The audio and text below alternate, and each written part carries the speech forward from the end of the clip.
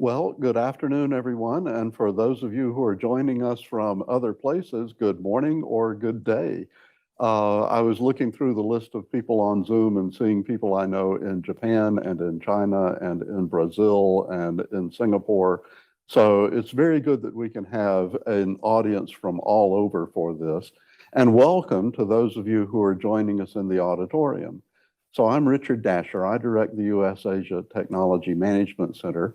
This course is open to the public. So there are people here who are registered for credit, and there are people who are coming in from the outside, and we're delighted that you can all be together.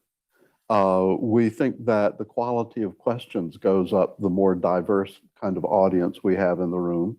And we're also very thankful to our member companies. We're an industry affiliates program at Stanford. So basically everything we do is paid for by member fees and supplemental support from our, right now, 19 member companies. And so I want to say thanks to them. They were listed in the slides that we're rotating around before we got the program started. And one of the things that we're very happy to do is whenever we can bring an alum back to Stanford to speak, that's always kind of fun. So I'm very happy today to introduce you to Matt Sheehan, who got his bachelor's in political science from Stanford, and immediately after getting his degree, moved over to China, where he first got a master's from Beijing Foreign Studies University. And then he stayed in China for about 6 years, doing things such as reporting as a journalist. He was a foreign correspondent for the first foreign correspondent in China for World Post. And he's come back to the US and joined the Carnegie Endowment for International Peace, which is a think tank, which means that he is doing research on global technology issues, kind of with a focus on China.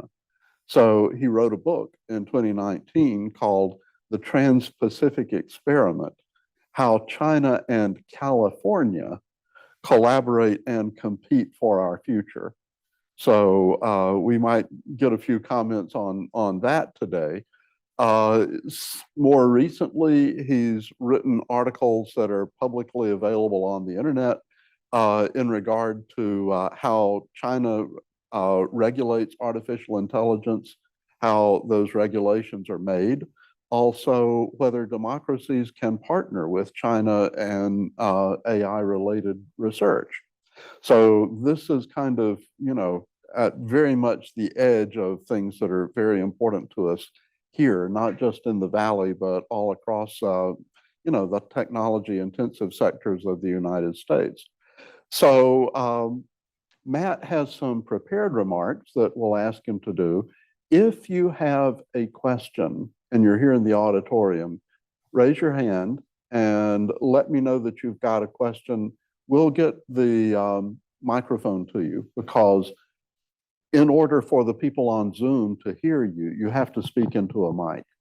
So wait for us to get the mic to you if you've got a question. But that's possible. Matt said it's okay to interrupt him in the middle of his remarks. Also, if you have a question on Zoom, please put that into the chat window. And for the people here in the auditorium, I will read out the question as it's stated on chat. So that's the way we'll start things, and we may gradually move into more just kind of conversational format as we go through the program. So Matt, thank you for joining us from Washington, D.C. today. Delighted you can speak to us. How are things there?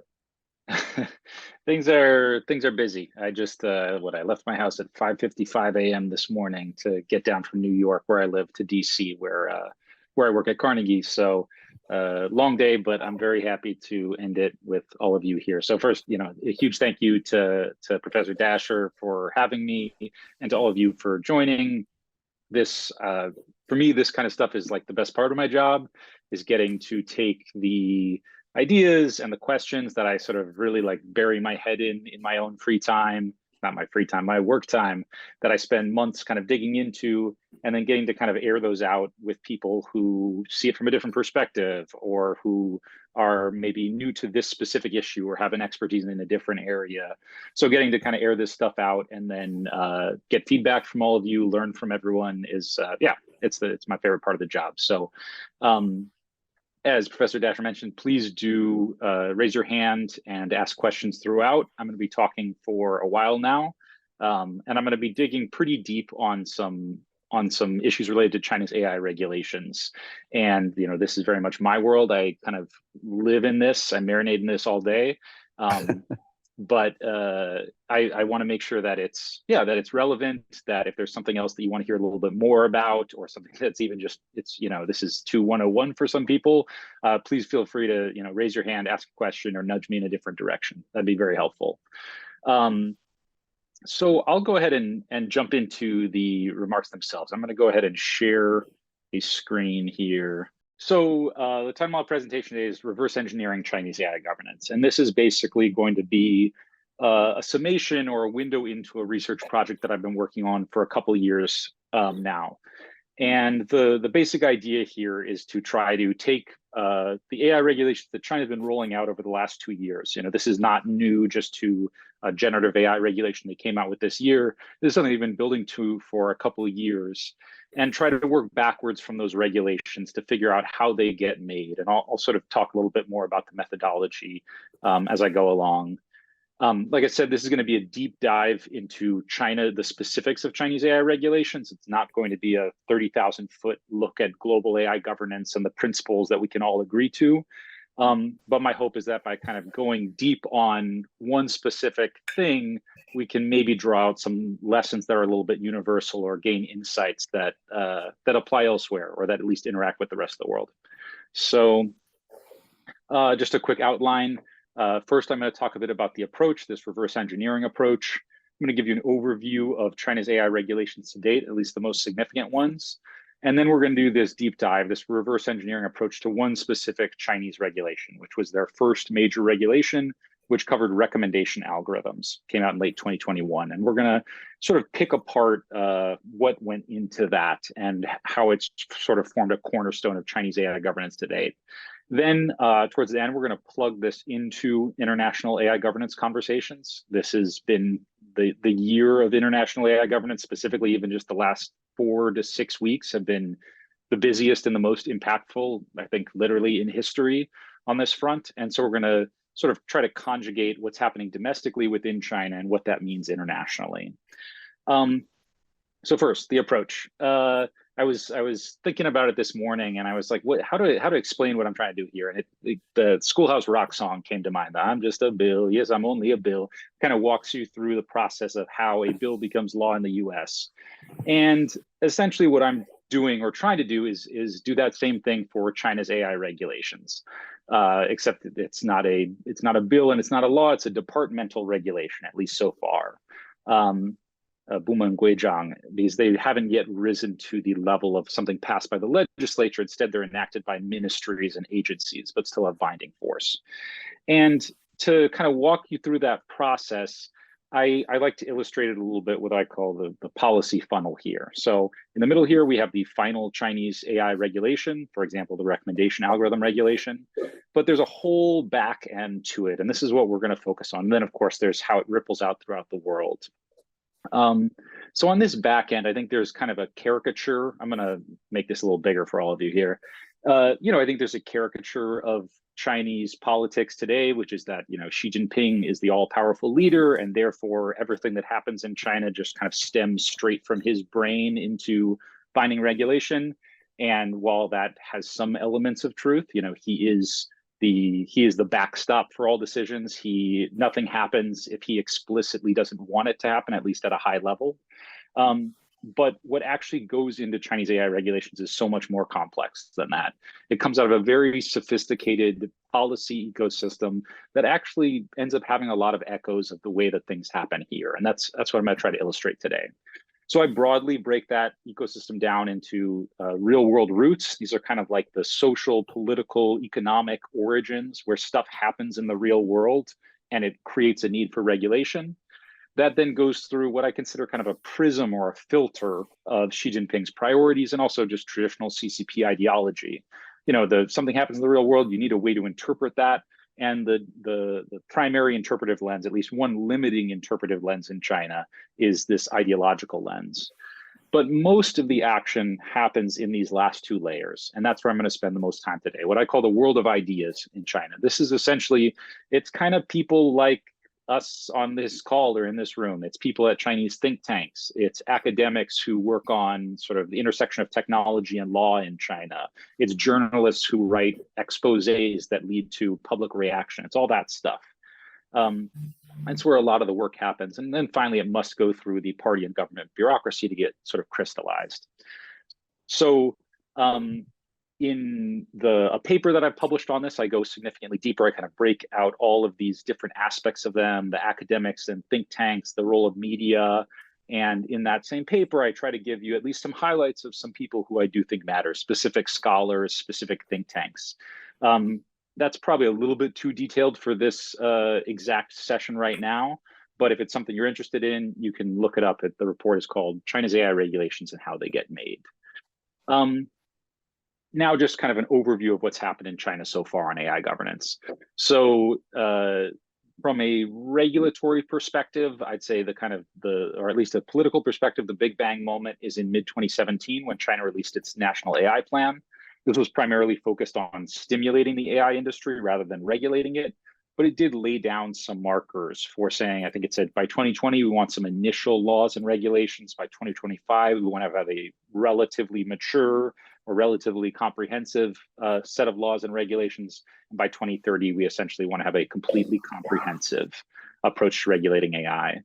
But not a lot happened in the immediate aftermath of that. There were sort of political events, there were social events, there was stuff going on, but it wasn't turning into binding regulation until mid-late 2021, when we had the recommendation algorithm regulation. Pretty soon after that, they released the draft of the regulation on deep synthesis, which is essentially a Chinese word for generative AI before they called it generative AI. So they called it Shendu Hecheng. It's like a portmanteau of deep learning and synthetic media. Right after they released their deep synthesis regulation on effectively generative AI, ChatGPT came out like 5 days later, and they sort of said, oh, we better not go back to the drawing board, but we're going to need a new regulation that more specifically deals with the rise of large language models. That's the generative AI regulation. You have a draft facial recognition regulation out there right now waiting to be finalized, and there's some talk, some signals in different directions that China might be building towards a national AI law. In this presentation, we're going to be zooming in on this specifically, but first I want to give you just some kind of principles in terms of what is China trying to do, and then what's the structure of these regulations. So I'd break down the motivations here into 3 buckets, kind of in descending order of importance. So the core driver, the thing that got them started on all of these regulations was a concern over online content, was concern over the control that the creation of online content, synthetic media, generative AI, but also the dissemination of online content. What role do recommendation algorithms play in sort of prioritizing news stories? What role do they play in like enlarging, kind of blowing up social phenomena or highlighting things? So that's the central concern, and we're going to show that in what comes next. But a very important set of supplementary concerns are things that actually look quite similar to stuff that AI policy people in the US and elsewhere worry about all the time. It's addressing all the other social and economic impacts of AI. So on labor, on privacy, on competition, on the impact that these have on like gig workers and stuff like that. So I'll give some illustrations of that. It's a supplementary thing. It's not the core driver, but it ends up being a big part of this. And I think there's a lot of fodder for some interesting things in there. And the third, the sort of nice to have in Chinese AI governance is international leadership. They like when China is the first to pass a certain kind of AI regulation, they like to tout that. And I think for that reason, a lot of people in the US and elsewhere think of this as a competition for who writes the rules of the road in AI. And there's some reality to that. But when you look at what's driving China domestically, I don't think that's even in the top 2 concerns. It's more of a nice to have. Now, quickly, like the structure of the regulations, because this is, I think, where you can really see parallels or lessons internationally on this. Is in many ways, China is trying to tackle some of the same problems as us in the US and elsewhere, or in other cases where they're tackling a different problem, they have a different ideological sort of mindset. You can still learn from the structure and the tools they build. Richard, were you raising your hand there for me to take Matt, yeah, we've got a question from the audience. Go ahead. Sure. Hi, Matt. Thank you for joining. Can you go back one slide back? Yeah. Yeah. Can you talk a bit more about addressing the economic impacts of AI, and especially in the context of labor and competition? Yeah, so there's going to be a pretty significant section of the presentation that covers something quite specific related to this. I guess maybe as just kind of like preamble in that sense. These are not yet seeking to address like the super macro impacts on labor, like what happens when, 1/3 of the workforce is significantly impacted by AI. They're trying to address a more narrow problem, which is the way that algorithms essentially exploit gig workers, at least push gig workers into maybe dangerous situations. They put intense pressure on them in terms of wages and stuff, and the impact that that has on that specific group of workers. So we're going to go through an example of that. On competition, China has had a couple-year campaign, or you could think of it just as a policy process of increasing their antitrust regulation and increasing their antitrust action. And that has made its way into AI regulations as well. And we'll sort of touch on that briefly. Okay, thank you. So we do have another question. Sure.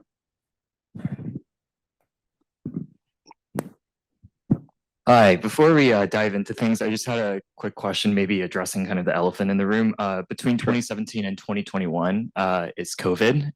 Did that affect a lot of the AI regulations? And was that a reason why there was a pause in between 2017 and 2021? Did it affect any of the drivers of any of these regulations? Yeah, I think it led to a slowdown of about 9 months to a year. Essentially, we probably would have seen these kind of initial regulations come out in the year 2020, or at least in early 2021, as opposed to like late 2021 and 2022. So it did, just the whole policy world shifted in that direction for a period of time.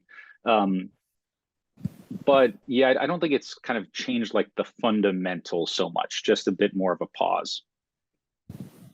Okay, thank you. Matt, I've got one for you while you're here. Sure. These different concerns are so overarching in terms of any number of different ministries or agencies could have these as items. Are you kind of going to go through how that's distributed out in the Chinese government? Because it's not like there's some central committee on AI, right? Right, yeah. I will go into that to a certain extent. The short version of it is everything, because the concern has been online content, that's been like the central thing. The online content regulator is the Cyberspace Administration of China, the sort of, censor in chief, you could think of it as that. So they've been driving, but then you see other ministries with related concerns around labor, privacy, stuff like that, co-sign the regulations. And in that process of co-signing, they also work their own pet concerns into it. So a lot of this stuff, when it comes to competition and labor, it comes from potentially from other organizations signing on, basically. Got it. Yeah, okay, thank you. Yeah, thanks for stopping for a few minutes. Sure, yeah.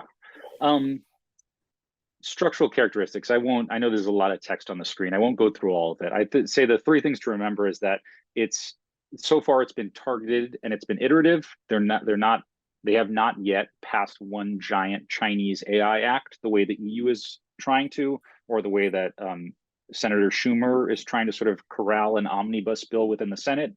They've essentially started with a specific problem. They have a problem with what recommendation algorithms are doing to the information space, and they work from that, and they create a regulation that's designed to address that. You'll have these other concerns kind of tacked onto it, but so far it's been like recommendation algorithms, generative AI, a kind of second generative AI regulation, which I think gets a little bit to the iterative thing. These are all being passed through ministries and agencies or administrations in China. They're not going through the legislative process.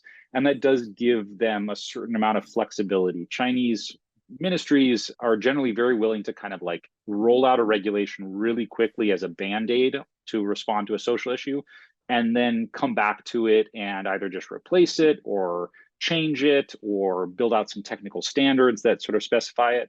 But overall, it's let them be sort of targeted and iterative as opposed to comprehensive and one-off. Building tools and bureaucratic know-how. Part of that iterative process is that, you know, if you were to essentially try to tackle every single AI issue totally separately, you'd have to sort of reinvent the regulatory wheel each time. And that'd be a big, you know, that'd be a huge burden.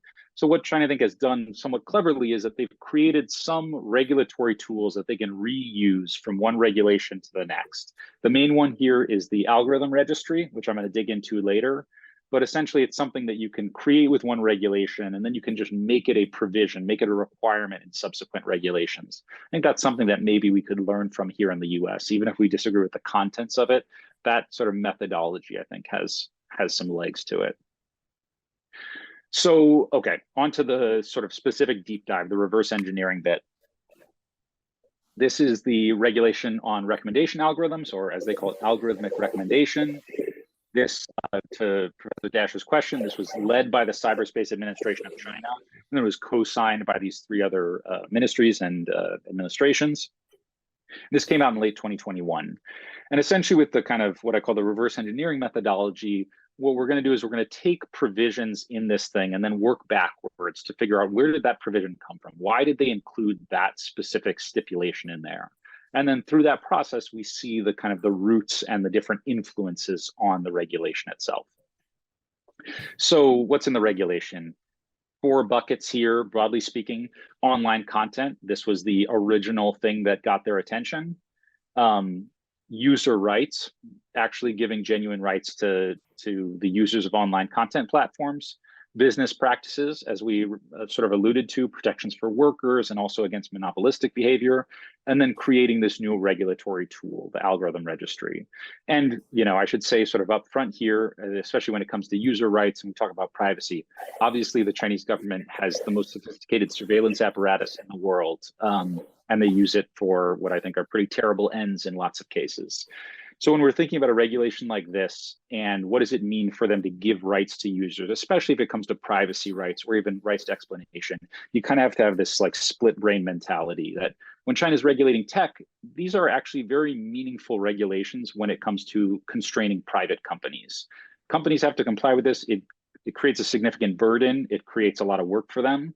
And they are meaningfully bound. Those same restrictions do not apply to when the Chinese security services are using these same technologies. So just kind of putting that up front as a thing where I think in the US or in, you know, however you wanted to, maybe Western approaches, we tend to be like, that doesn't make sense. You know, regulations are there because they have to constrain both the government and the companies.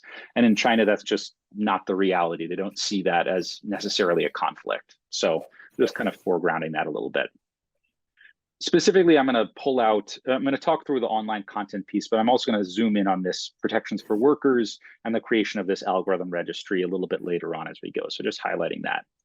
So working through these layers here, this is the very pretty graph that was made by the Carnegie comms team, the graphic design team for the report that I've already put out.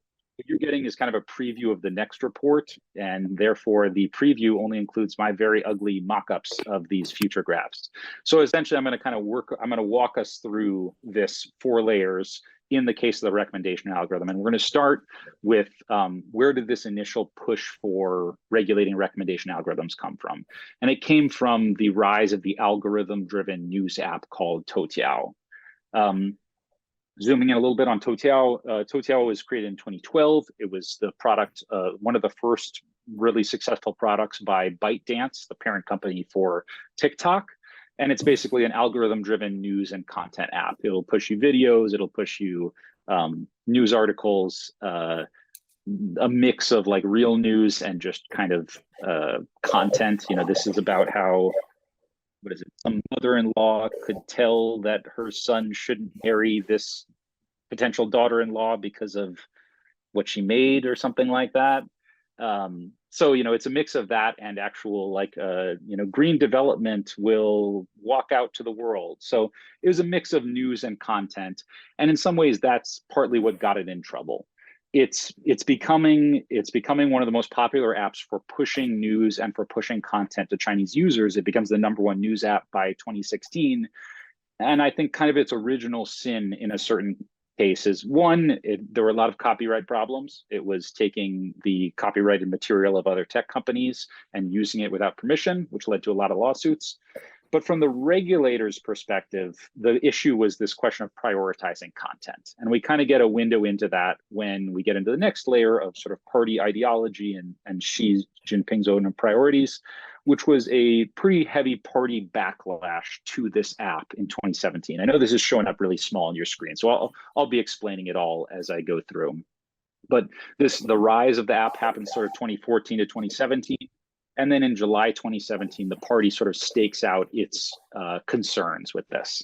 And they do it through a series of op-eds in the People's Daily, which is essentially kind of the central CCP mouthpiece, the word of the government in a lot of cases.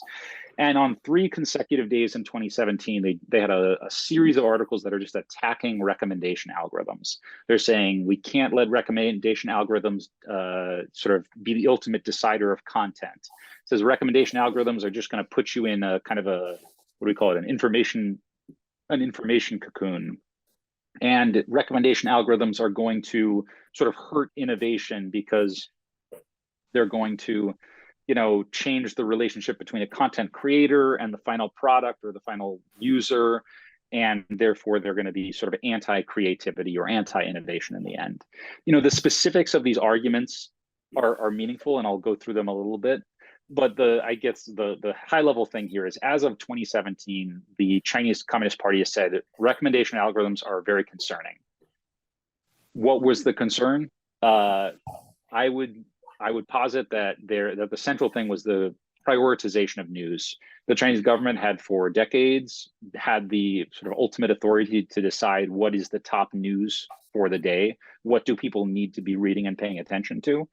And recommendation algorithm driven news apps took that away. There's no kind of top stories of the day. You can't mandate that they put this story at the top of the page. Every user is getting their own feed.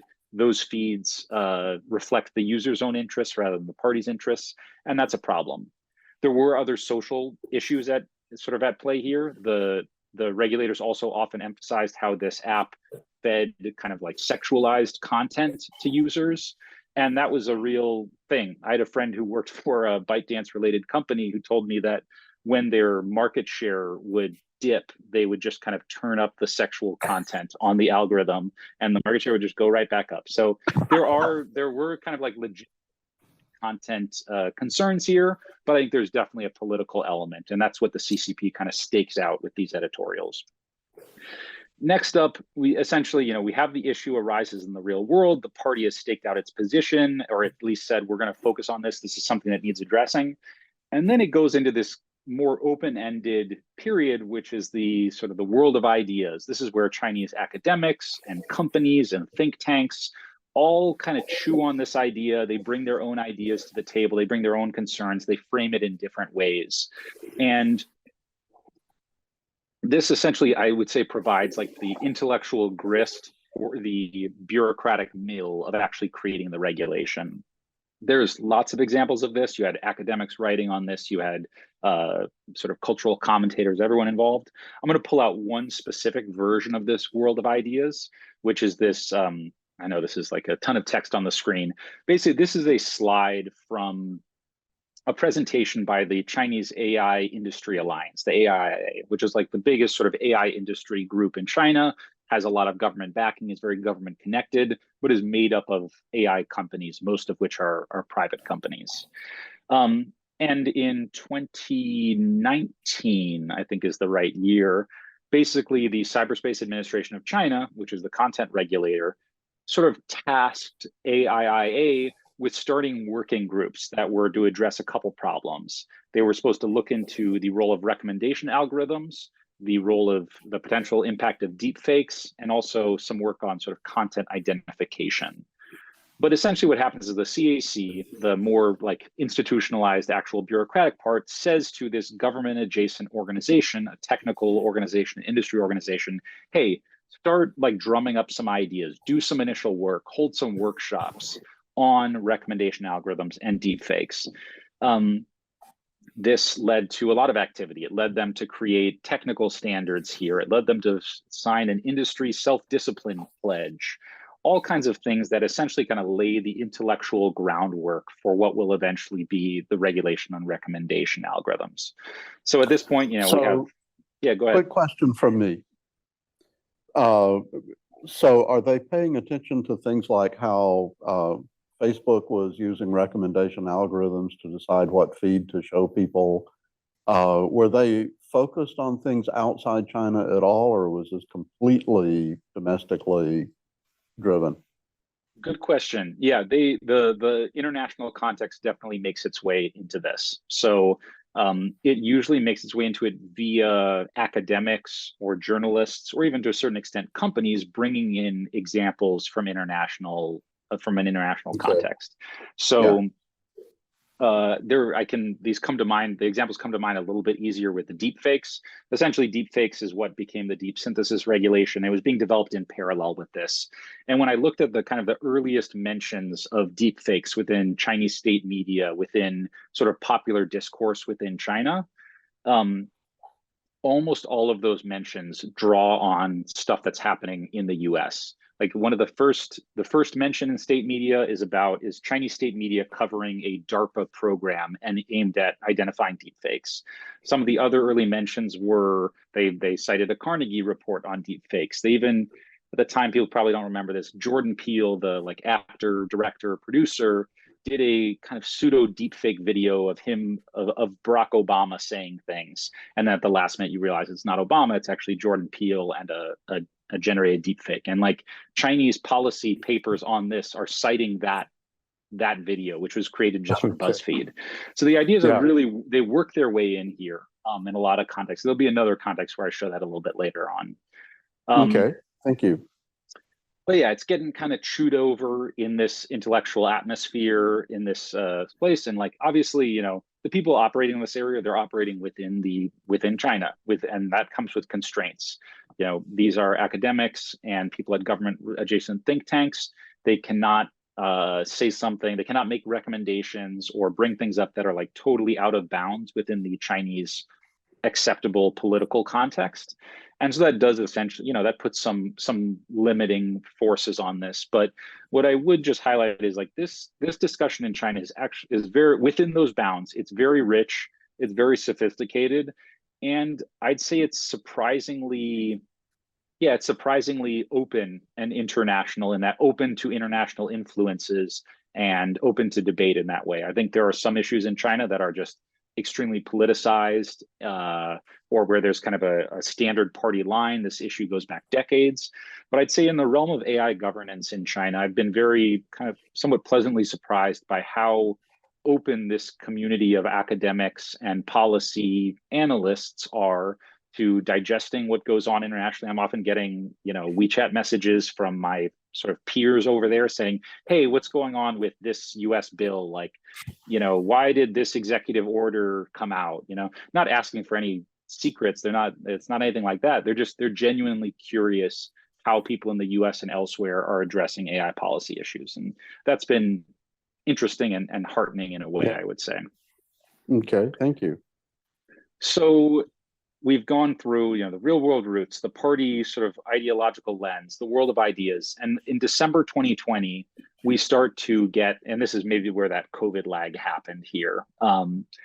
In December 2020, we finally get a sort of a high level party endorsement or mandate for formal regulations of this. In December 2020, the CCP Central Committee, which is essentially like the highest level party body short of the Politburo, they issued a 5-year plan for the rule of law. And in that 5-year plan for the rule of law, or you can translate that different ways, but in their 5-year sort of plan for what we need to regulate, they specifically called out recommendation algorithms and deepfakes.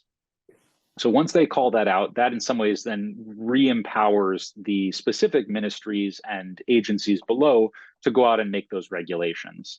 So I guess, yeah, this is the document itself where they call out recommendation algorithms and deepfakes. That then leads to, here, I need to move my thing around. I'm like, my video is covering it. It leads to the Cyberspace Administration of China releasing a draft for public comment in September 2021. They have about a month of public comment where they get feedback from industry, from academics, these same kind of intellectuals.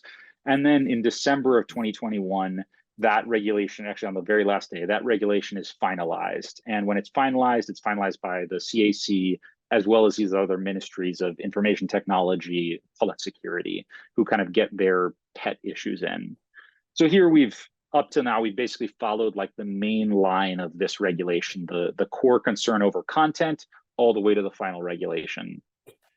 And what I want to do now is just highlight two other ways that stuff kind of gets in there. Let me get my screen going again. Draft to final, this is, okay, back to what's in the regulation. This time, yeah, I'm going to drill down on these two pieces here, the protections for workers and the algorithm registry itself. Like, where did those ideas come from? What impact do they have? So this is a very poorly animated slide because I've got stray words. But with the protections on delivery drivers, I should have actually, let me just move us back a couple here. I should have set this up a little better. You know, the draft regulation or the final regulation itself, like the majority of it is these content things, some of this online anti-monopoly stuff, which kind of has clear roots in the fact that the ministry or the committee that's in charge of antitrust co-signed it. They kind of got their anti-monopoly stuff in there.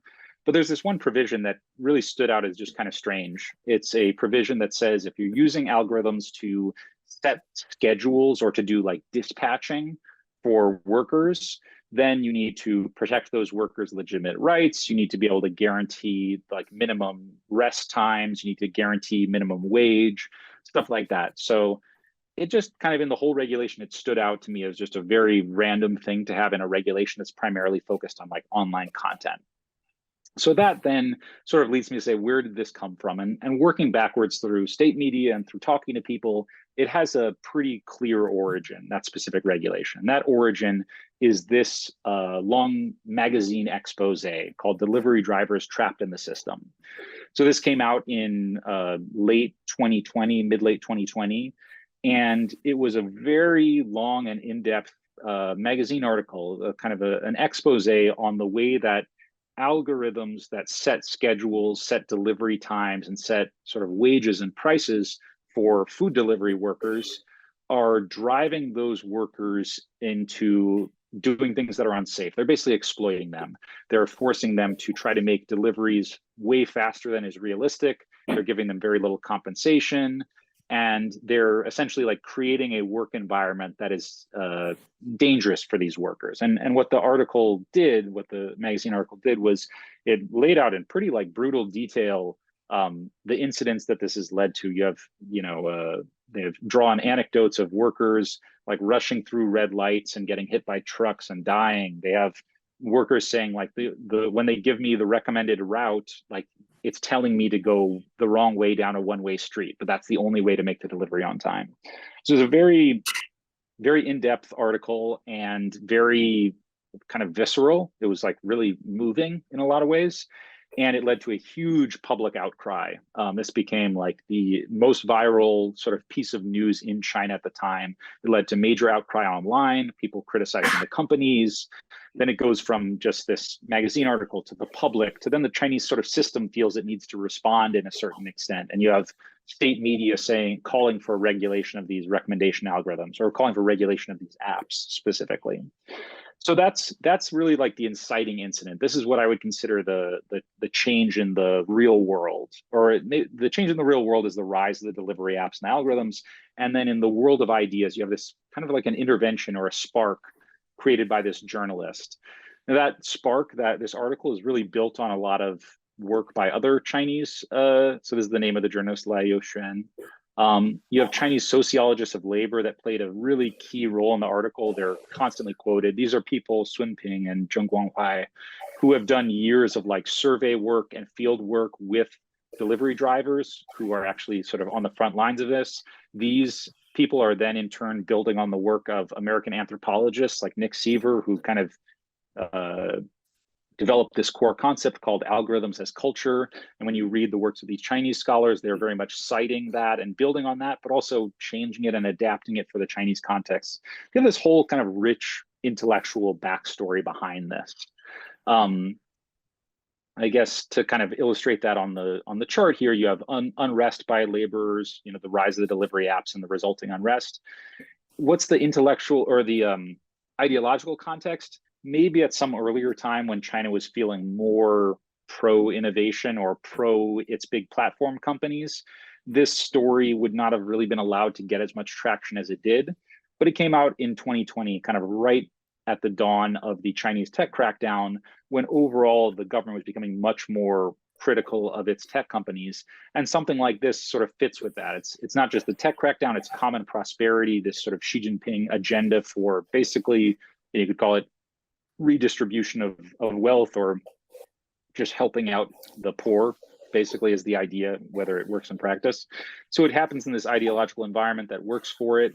You've got the US ethnographic scholarship that's built on by Chinese scholars that turns into a magazine article. And then a year after this, basically 1 year after the regulation, you had an initial sort of piecemeal regulation that starts to tell companies, hey, when you're assigning deliveries, you can't choose the shortest recommended time. You need to give them buffer time. And then those regulations, those sort of recommendations were built out further in the actual recommendation algorithm regulation.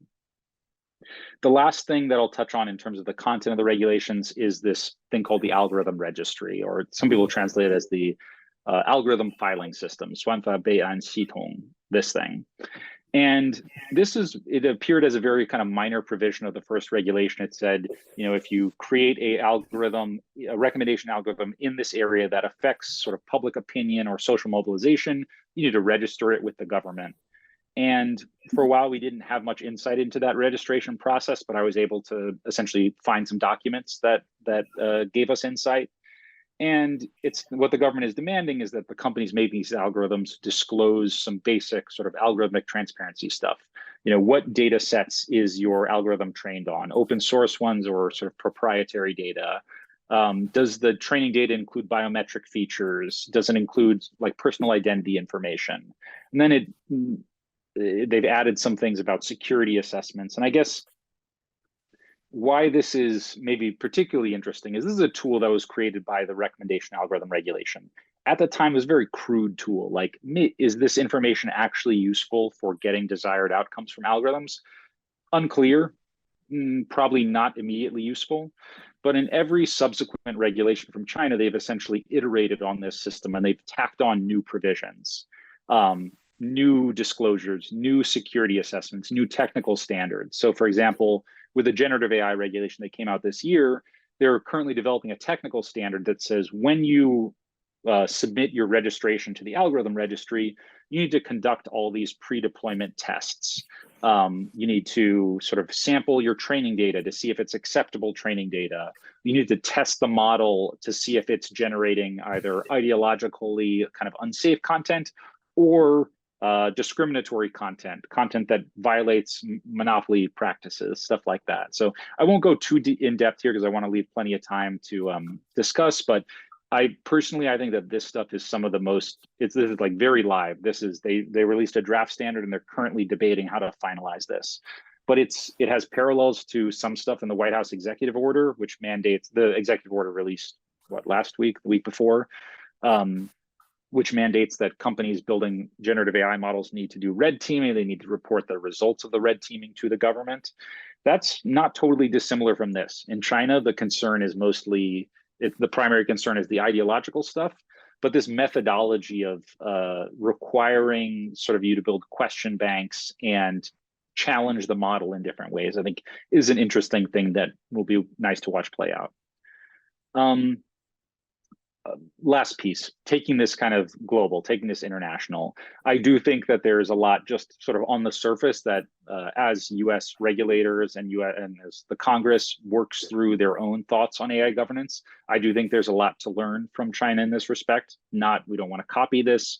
We don't want to imbue the same values, But when you look at it structurally, I think there's a lot to learn. But maybe the most immediate or the most kind of geopolitical element to this is how do you engage with China when it comes to global AI governance? Like I said, historically, China has been very domestically focused. That's driven and shaped the regulations.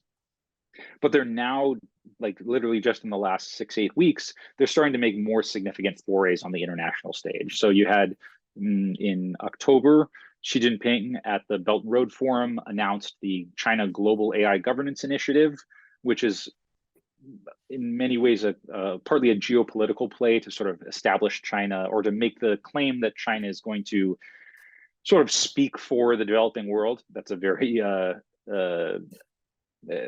tough sell, I think, but it's the geopolitical play that China is trying to make with that to a certain extent.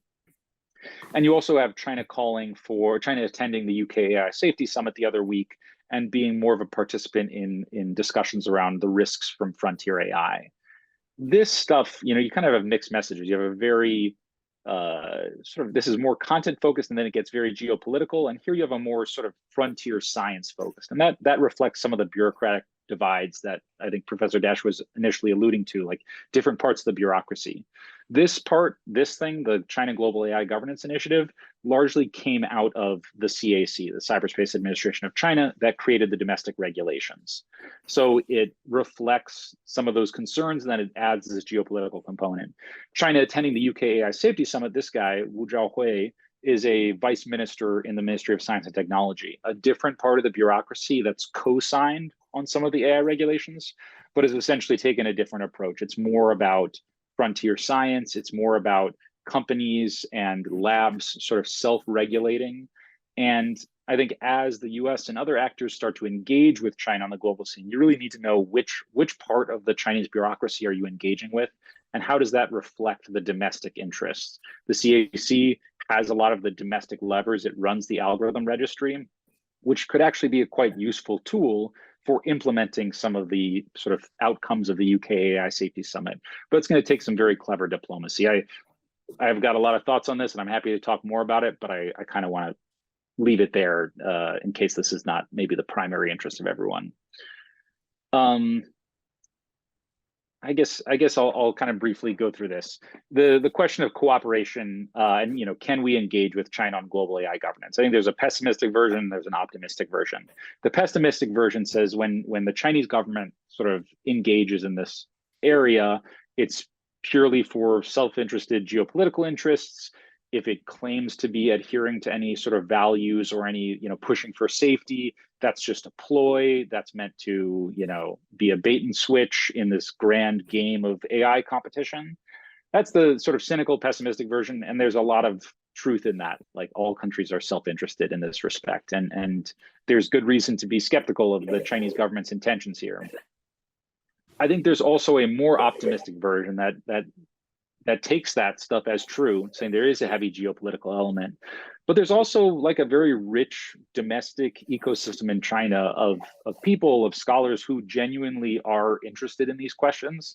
And within the bounds of the Chinese system, they're trying to do good things, at least as construed by them. They are trying to have meaningful protections for workers. There are some people who are genuinely concerned about the risks from frontier AI systems and genuinely trying to make that a piece of China's domestic AI governance. I think it's going to be very hard for the US and China to sort of sit down and have a handshake agreement where we both sort of, agree to abide by the exact same rules, and we sign a treaty. But I do think there's a lot of room to work at the sort of the lower levels of this, the engagement between technical researchers in both communities, policymakers in both communities, academics, where we might not be sort of agreeing to follow the exact same rules, but we have mutual awareness. We're trying to essentially maybe plant some seeds of some good ideas within the Chinese ecosystem. China, I think we have some ideas that we could take on board from the way China's approached this.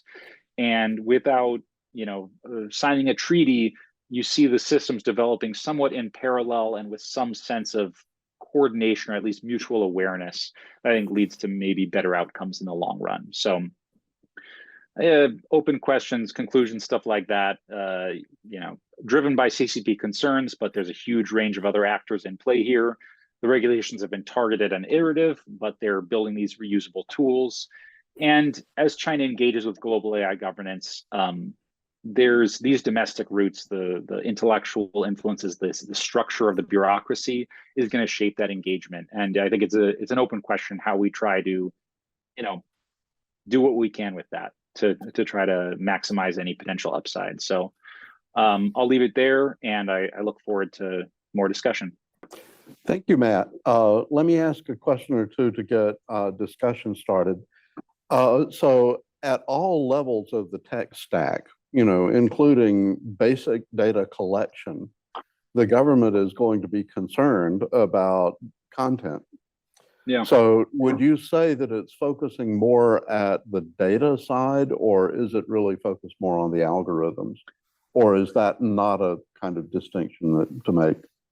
No, I do think it's a meaningful distinction. I think thus far there has been a heavy emphasis on the data side. If maybe one reason for that is just simply that like the Chinese sort of tech policy community spent a lot of 2018 to 2022 focused on personal information, on data security, on to some extent data localization, but their policy community just developed a pretty sophisticated data protection infrastructure. And that's again, split brain, like these are meaningful constrictions on the companies, not on the government, but it is meaningful. And so that has made its way into the AI regulations. The technical standard that I threw up there for a little bit that I didn't go through in depth has some very interesting, potentially very severe limitations on training data. They say if you want to use a sort of a data set, maybe that data set is like Wikipedia. If you want to train your model on Wikipedia, you need to first take 4,000 randomly sampled data points. So that could be 4,000 sentences or maybe 4,000 articles. And then you need to essentially test those 4,000 for whether they are legal or acceptable. So that includes ideological, political controls. That also includes, does it promote discriminatory content, anti-competitive content? And essentially, if the training data is not 96% or more acceptable, then you have to throw that data set out. You need to train only on data sets that we can kind of prove are of acceptable content. There's a lot more layers to that. I think there's a good chance that gets watered down, but it's something that they're definitely thinking about, and that could end up being a very meaningful and potentially quite constraining part of the puzzle.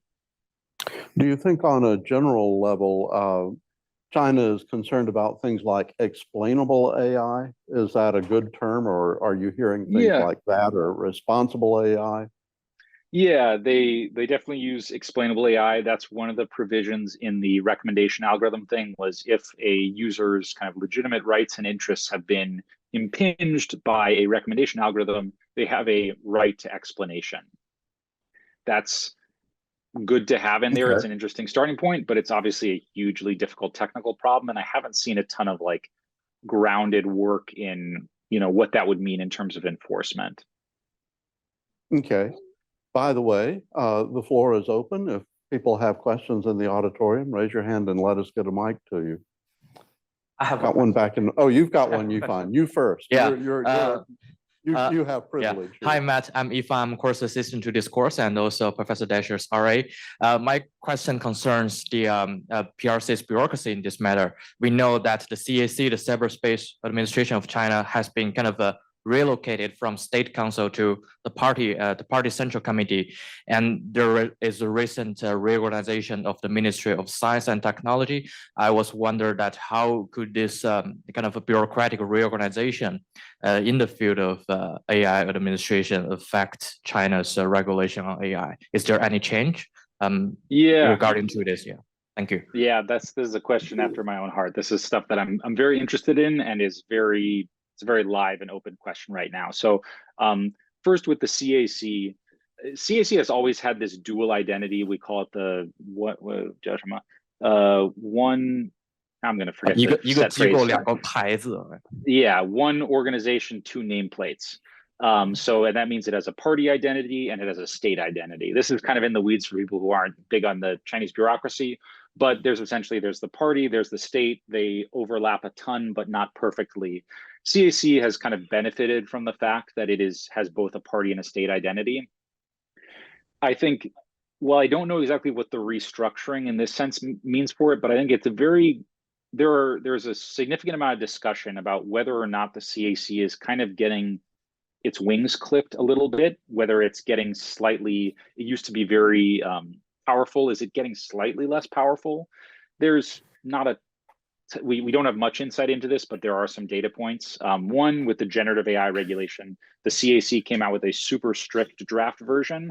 And by the time I got to the final version, a bunch of other ministries had signed on to it, and it had been really significantly watered down.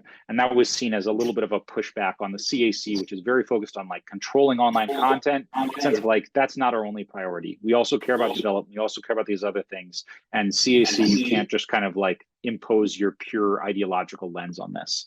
So there's that element to it. It's also the data, there's a new data bureaucracy that's going to kind of take away some power from CAC. But at the same time, the CAC was also in charge, was the main author of China's Global AI Governance Initiative, which then had input from other agencies. That's a kind of a sign that it still has a lot of juice. Ministry of Science and Technology, a lot going on there, but broadly speaking, it's becoming more laser focused on advancing and like technological breakthroughs, specifically to try to break through the limitations, the constrictions that the US is putting on it via semiconductor controls. That, in some ways, that's going to make it a more important bureaucracy, but less regulatory focused. So it will have more power, and it could use that power to push its governance initiatives, but it also might have a different focus that doesn't quite fit as much. So that's kind of my short version of that. And I don't know, it's a very open question. I'm very open to hearing your thoughts or talking about it more some other time. Okay, thank you, Matt. Okay, thank you. We've got a question in the audience, but before we do the question in the audience, actually two questions in the audience. Before we do that, I want to take care of a couple of real quick ones that came in on the chat window. First of all, who do these regulations apply to? Do they apply to anyone using AI in China? So if you have a company that's based in a foreign country, but people can access your, whatever, you have to worry about Chinese regulations.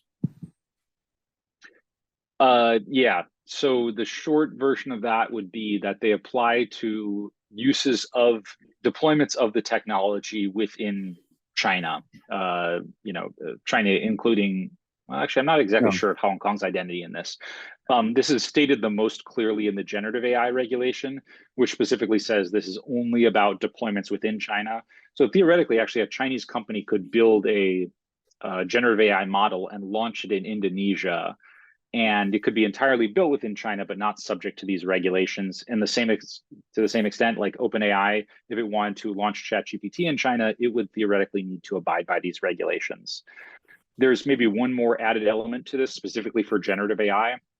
One of the most important changes that they made between their draft and final regulation on generative AI is they really shrunk the scope. At first, it said basically anyone building or deploying any generative AI model in China is subject to this regulation.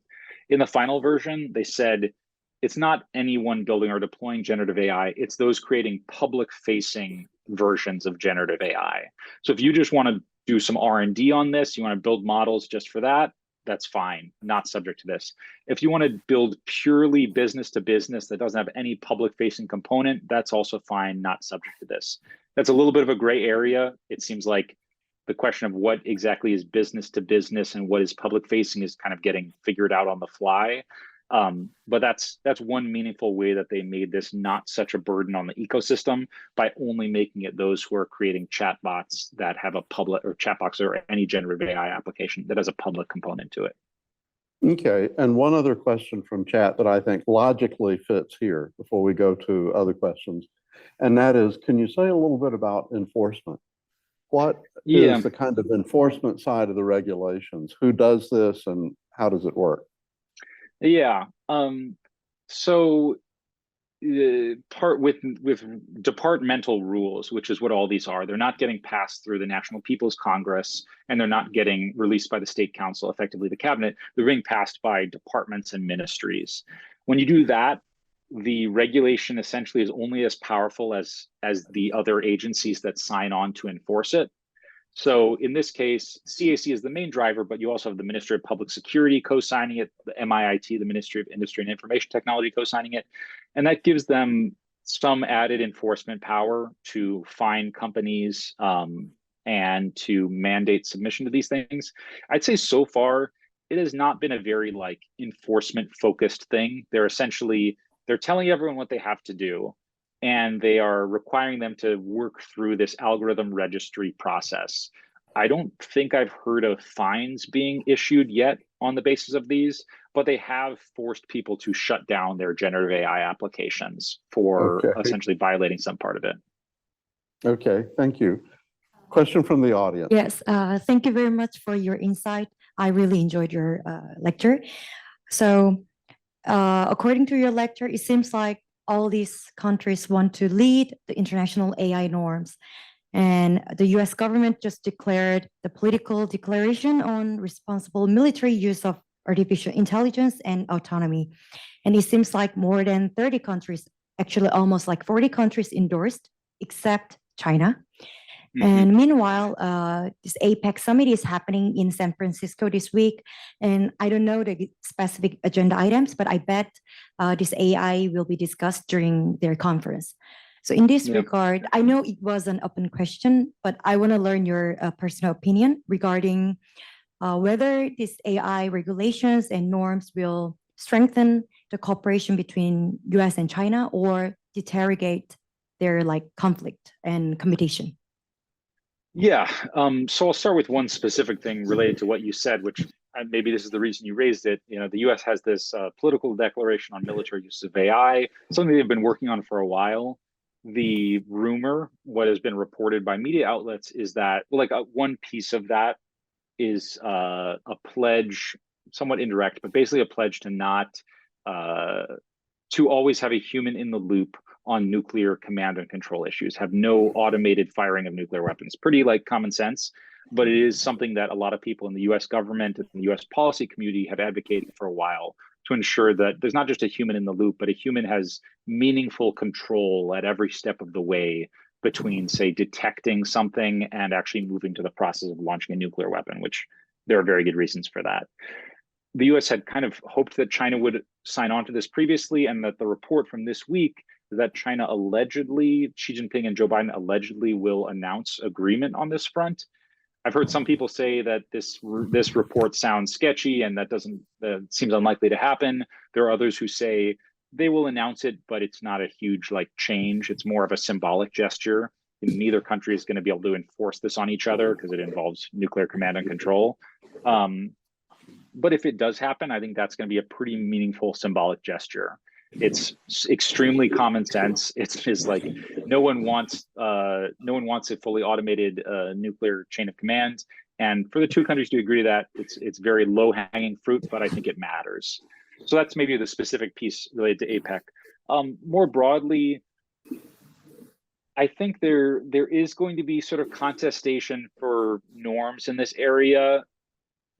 I think in some cases we imagine that we're going to kind of argue this out and there's somebody's going to win this influence battle and then all the countries are going to have to accept their model. I don't think it's going to happen like that. I think it's going to happen largely through the markets. If Baidu starts building large language models that get deployed in Malaysia, and those large language models are not subject to Chinese regulations, but they were developed in an ecosystem that included Chinese regulations, they'll have some of that baked in. And maybe the government in Malaysia will say, hey, this Chinese standard of like red teaming your models and algorithmic transparency, that seems easy. Let's create a version of that that makes sense for us. I think it's mostly going to play out in these kind of indirect, more like soft power / market power venues, rather than a sort of a direct like competition to decide who leads. Well, it occurs to me to ask a kind of very simplistic question. Do most companies keep their AI algorithms as trade secrets, or do they publish them in patenting or copyright? I don't think patenting and copyright is a frequent way to do it. The main divide is between sort of open source and closed source in this regard. And like companies have taken different approaches. Meta, Facebook, has thus far been very pro open source. OpenAI says, we're going to publish some big picture technical specs for this, but basically you're only going to be able to interact with this through an API.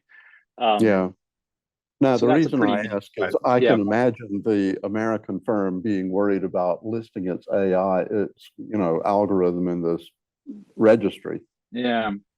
right? Yeah. This is there for everybody. We change it a little bit, tweak it, and now it's ours, right? Yeah. And so that's definitely a concern in China as well. There are specific provisions that say, when you register, all of the regulators involved have to maintain trade secrets. And then with the algorithm registry, there's kind of two versions of it. There's a public facing version, and then there's the government's private version. The public facing version gives just very high level details and like, what is this algorithm for? What are the basic principles of the system? And, what other measures have you taken? Then the government's information is much more detailed. It's still not at the level of actual code or the weights of the model. But it's more detailed, and they have written in to say, you need to protect trade secrets and that. In the US, in the executive order, we're now mandating some form of at least notification, if not deeper disclosure, for if you're training extremely large AI models, like larger than the largest model today, larger than GPT-4. But the details of how we're going to do that have not been hashed out. Okay. So this brings up one thing before we go to the next audience question. Mark in the chat says that he would very much like to hear how regulation, applies to some of the dark web uses of, generative AI.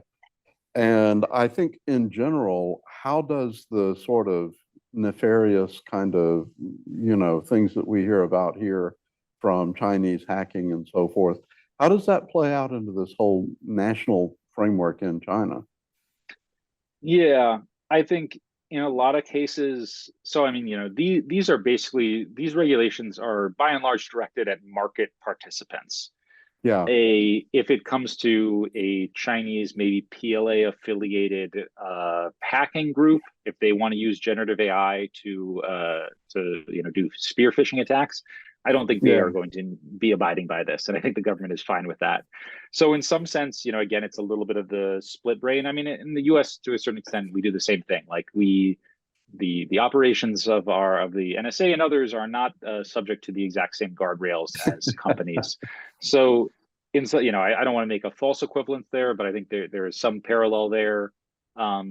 Regarding like cybersecurity stuff, cybersecurity hasn't come up in the Chinese regulations. It's something that I think it could easily be, for example, added to the generative AI technical standards. One version of it would be to just say, hey, you need to test for, will your model produce sort of ideologically safe content? Does it produce discriminatory content? And also, does your model produce malware if we ask it to? So I think there is sort of room for China to keep tacking on these provisions, and that's kind of what I would expect to happen within the scope of market participants. Okay, thank you. Now, finally, you've been very patient. Hi, I'm super curious about the role of the state-run media in all of this. You mentioned how the People's Daily and other pieces of state-run media kind of like signal the intent of Chinese regulatory frameworks even before they occur. I'm curious as to whether or not they do anything more on the back end after these regulations are actually implemented. Do they help translate kind of the function of these regulations to the broader public? And my second question, sorry, is I'm very curious about just kind of like the challenges that you had when creating this project. It seems like a lot of the people that you talked to were super open about talking about how these regulations are created. Is that normal? Like, did you have special access? Did you just have the right connections into figuring out like how these regulations are actually constructed? Yeah, thank you. Yeah. For the first point on state media, I think you basically described it very well. I guess the state media is like, it acts as a signal. It acts as a way for the party to communicate, like the central government party or different parts of the party to communicate with the rest of the party. And we have to remember the Chinese bureaucracy is so big and so complex. The party is so big that to communicate like publicly in many ways. They can't just send a memo to every party member in every state, and a lot of times they do that through state media. I think there's some outlets like People's Daily or the Guangming Ribao, which I don't know what the English name of that is. It's affiliated with the Central Committee. I think so. Those I think of as more like signaling outlets. Then you have outlets underneath the Ministry of Science and Technology, or outlets affiliated with different parts of the bureaucracy that I think of as more kind of debate outlets. This is where academics and people will like put forward their own ideas on how to govern AI and see if they can get some traction. And then you have the last element that you referred to, which is kind of the explanatory part. When a regulation comes out, the state media promotes it. It promotes it both to like enhance awareness of it, to tell people about these new rights that they have, and to notify companies that like this is a priority and you're going to need to abide by this. So I guess that part. The second question was about, I lost it briefly. What was the second question? The challenges in creating Oh yeah, in the research. So one part of this is just that I think this stuff, China can seem very much like a black box, and I think there are parts of the policy process that are that. I think if I wanted to like reverse engineer Chinese Taiwan policy or Chinese like policy towards North Korea, it'd be really hard, because that's the PLA, that's the highest, those are highly political decisions made at the highest level of government. With this, what I found with this AI governance stuff is it's quite public, it's quite out there, and the people who are involved are generally, I find, more willing to talk. You know, I'm not a journalist. I'm not asking people to go on the record, but people want to exchange views on what's going on in both countries, and they want to, you know, kind of explain what they're doing, and they want to learn what America is doing on these fronts. So I found that stuff to be more open. One like specific methodology that I used is there's a company, it's called Bilby, that has a really great database of all of Chinese state media for going very far back. I did a lot of just kind of keyword tracing backwards to say like, this term for algorithmic recommendation, when did that word first appear? Like, where did it first appear in state media? How did it grow? Like, how did the debate evolve over time? That was a really like useful tool. And then a lot of it is like, it's in public, or it's kind of in corners of the Chinese internet, like that slide that I had that was a sort of a discussion of this Chinese government adjacent technical bureaucracy debating the recommendation algorithm stuff. I found that on like some very random corner of the AIIA's website, and then it keeps like disappearing and coming back. It like gets taken offline, comes back. I finally like downloaded it and saved it. That stuff is maybe a little bit more hard to find, and it's, you know, unclear exactly how public they intended for that to be. But I just say there is way more raw material out there than I would have anticipated, and I think that has to do with the fact that AI governance is still considered this area where like the party line is not totally set. Like the government is trying to figure this out. China is trying to figure this out in a broader way. So online, we had a question about comparing China's AI policies to this European Union AI Act. And I seem to remember early in the talk today, you mentioned that it's not a single comprehensive thing, sort of like, you know, we may wind up with here. Do you think it's on the way to becoming that kind of a comprehensive, unified policy document? And the second question is also from online, and that has to do with how international regulations are going to figure in. Do you see this leading to such differences? And we have some severe differences about how companies, you know, have to do financial disclosures to list on stock exchange. That's been one of the problems between the US and China. Do you see a lot of room for international harmonization? Yeah. So on the first one of comparing to the EU AI Act, I think you highlighted sort of maybe the key thing that I would say, which is that EU AI Act is this one relatively comprehensive, doesn't cover everything, and there's a lot of sort of stipulations, but broadly speaking, they wanted to create one regulatory framework and then kind of drill down, get more specific via technical standards. In China, it's a little bit of the opposite. You like build up from piecemeal, you know, recommendation algorithms, generative AI, and then build up towards something. And there's, this year there's been this back and forth on whether or not there's going to be a national Chinese AI law. the State Council, China's cabinet essentially said, like, we want to put this on the agenda, the legislative agenda. And then when the legislative agenda came out, it wasn't on there. And so people are trying to figure out, in China, people don't know whether this is going to happen or not. It seems most likely that it's not going to, there's not going to be a national AI law in the near future. And if there is one, it might be more of a law around, not so much about binding regulatory constraints, but more about encouraging the development of the industry and encouraging like the healthy development of the industry. So less sort of like nuts and bolts regulatory stuff and more like, this is our national approach to AI and AI governance. Got it. The international domestic interplay there, I mean, are we going to have different systems? I think China is definitely going to have different regulatory requirements. And I would normally think that this leads to kind of a lot of divergence in systems that we don't want the US and the EU to have like radically different market entry requirements. But in China, honestly, at least with most of this stuff so far, these are not things where too many companies are spanning China and abroad. Like, these apply to Chinese companies operating within China. There aren't that many international generative AI companies trying to break into the Chinese market, at least not so far. So while we will have pretty different requirements, I don't think that's going to lead to some like giant fissure in the markets.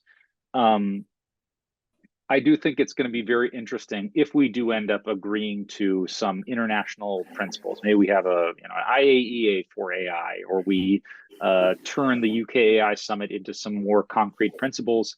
I think it's going to be more a question of like each country needs to find a way to make those principles real in their own jurisdiction. I think China has, if it wants to do that, if it wants to take these international things and make them binding domestically, it has like the infrastructure to do that. Whereas here, we at least currently don't really have that regulatory infrastructure. We could build it. We are sort of building it. But if we do end up going that route of kind of like international down to domestic, I think it's more likely that all these ecosystems are going to develop their own regulatory infrastructure. They're going to have some overlap, some not. A lot of companies are going to span the EU and the US and India, but they're not going to expand China. It's going to be a very kind of mixed bag. Okay, thank you. So I want to do one more question from the audience, and then one more question online, and then have kind of 5 minutes wrap up talk just here. So I think you've got the mic, right? Yes. Go ahead. So you mentioned there are the generative AI policy, they collect 4,000 data points and then 96% has to be acceptable. And they're also shutting down companies based on that. So my question is, have they published what is the acceptance criteria? Have they defined what is acceptable? And do these companies have the access to the criteria before they launch their product? Otherwise they're just doomed and they're just gonna die eventually. Do they have access to that data? Yeah. To acceptance criteria? So right now, like that sort of criteria, or that like the standard that I cited is a draft standard that will probably get finalized sometime soon. After it's finalized, it will become sort of de facto law, or at least binding regulation. For now, it has not yet been made binding. The way that I would think about it is basically since when the generative AI craze took hold at the beginning of this year, a lot of Chinese companies wanted to build and release their models. Baidu is one example. They built Ernie. They're relatively advanced in language models. They built Ernie. They wanted to release it to the public. Basically, Chinese regulators were like, not so fast. Like, we're not comfortable right now. We are working on a regulation. You can do kind of a limited release for it, but you can't just open it up to the public. And in the period of time when China was finalizing the regulation, and as Baidu and other companies were doing limited release, these companies basically had to like do a very informal process with the regulators to just prove to them that their model was safe enough. Just give regulators confidence that your model isn't going to say something really nasty about the party or something like that. So that very informal process it's kind of, I don't think companies really like that. They want some clear guidelines. The technical standard that I cited is an attempt to make that clearer, and it gives some criteria. So I hate to direct people to a Twitter thread, but I did write an extensive Twitter thread on this technical standard that maybe we'll go in a little bit more depth, but I'd say broadly the way it works is when it comes to the model outputs, they say there are sort of 5 categories of concern. There's like ideological political concern, there's discrimination, there's anti-competitive practices, and then there's 2 more that I forget. Within each of those categories, they have like 5 specific things that could be wrong: racial discrimination, religious discrimination, or like, you know, anti-party content, or you know, smearing the name of the Chinese nation content. So they have some specifics underneath that, and the idea is you need to test your model and ask it a question that might yield a kind of a bad response when it comes to the national image or the CCP system. And then you need to see if it crosses the line. That line is never going to be written in black and white because it's just too complicated. It's case by case. But, you know, companies have spent a decade figuring out where the line is on like social media and all that. And they've learned to have a pretty decent sense of it. They might always make mistakes and cross that line, but I think broadly speaking, they know what's acceptable, what's not. And the technical standard is like a methodology for like sort of formally testing and checking all the boxes to do this pre-deployment testing of how likely is it that it's going to cross the line.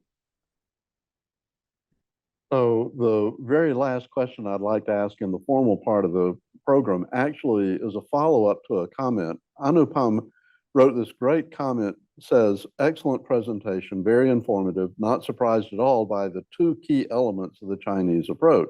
1, learn from everyone, even those who fail.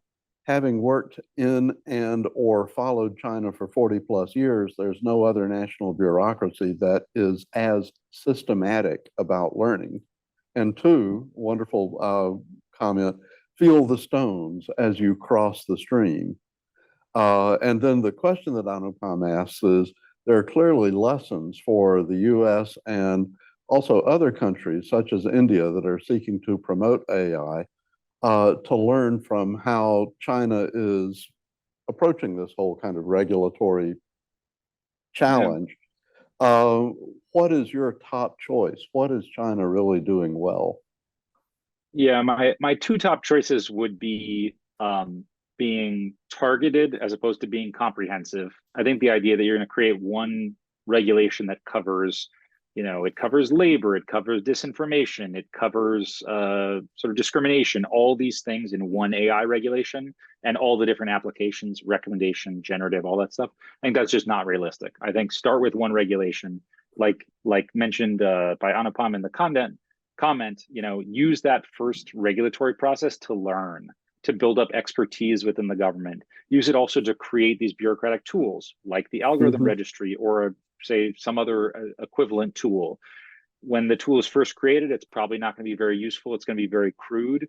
But if you then make that tool a requirement in future regulations, you can continue to iterate on it and improve it. And I think there's an element of like, you don't want to just stumble into bad regulation, but I think we're much more likely to end up at a good place in 3 years if we spend those 3 years trying things out, being targeted, iterating, changing, than if we spend 3 years debating some omnibus thing that we, in theory, is perfect, but we never know all the ways that it fails until it comes out in the world. So that kind of being iterative, being targeted, and then building up these reusable regulatory tools that you can iterate on. Those would be my top 2 sort of takeaways.